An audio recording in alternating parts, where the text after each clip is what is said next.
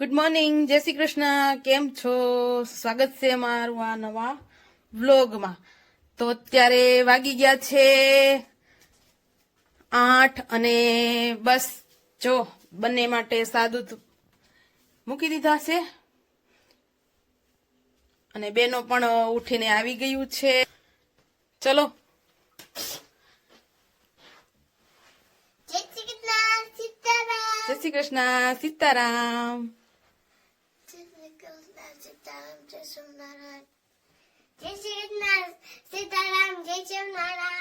બસ તારા બાબાને મૂકી દે એક વાર.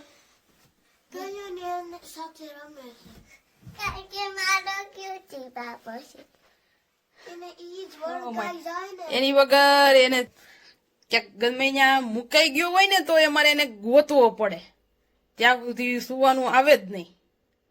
એટલે એટલો એનો ફેવરિટ છે કે ભાઈ એની વગર એ ગમે ત્યાં જાય, સ્કૂલે જાય તો બૂચી બૂચી કરતી ને પછી ટાટા બબાય ટાટા કરતી જાય પછી જ જાય. ક્યારેક ક્યારેક તો લઈ જાય સ્કૂલે પણ. ચલો તો બેનું જો રેડી થઈને બેસી ગયું. હે સ્કૂલે, હવે સ્કૂલે વેકેશન છે, સ્કૂલે જવું તારે? સ્કૂલે શું છે, તને એકલીને મૂકી જવીશ? તો દીદી થોડી આવે, દીદી ને નથી જવું, તારે જવું છે. દીદી ને તો વેકેશન છે. પહેલા એને ટીવી જોવું હોય વેકેશનમાં બસ, અને પછી કે મને સ્કૂલે બહુ ગમે. ઈ વળી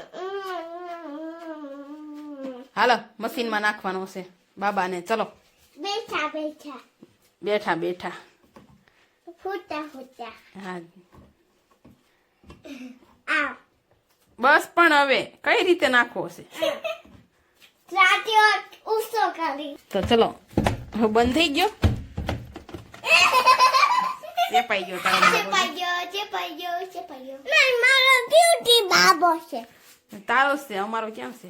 તો શેપાઈ ગયો કેમ ગયો? સો મારો ક્યુટી બાબો નહીં જોવા દે. ચલો હોશિયાર સ્ટાર્ટ કરી દીધું છે કપડા વોશ માટે અને ડ્રોઈંગ કામ, કારણ કે સમર વેકેશન છે એટલે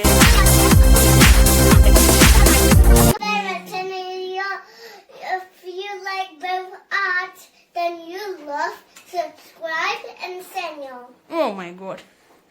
જો સબસ્ક્રાઇબ પછી શું કીધું તે? Channel અને channel. શેર અને ચેનલ, એવું? Huh. Oh my God. I'm making the fence so the તો flowers don't fall in any people's garden, except from just the people's garden. And me too, because there is no fence. Oh my God. Like share કરવાનું ભૂલતા નહીં અને comment. અને comment જરૂરથી.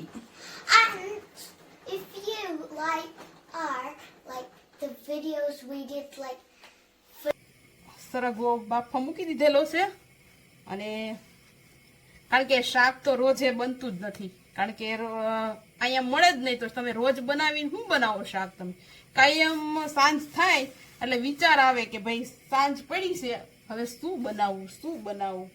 કારણ કે કોઈ આપણે જેમ ઇન્ડિયાની જેમ બધી વસ્તુ ઓલરેડી મળી જ ના રહી, એટલે શું કરવું?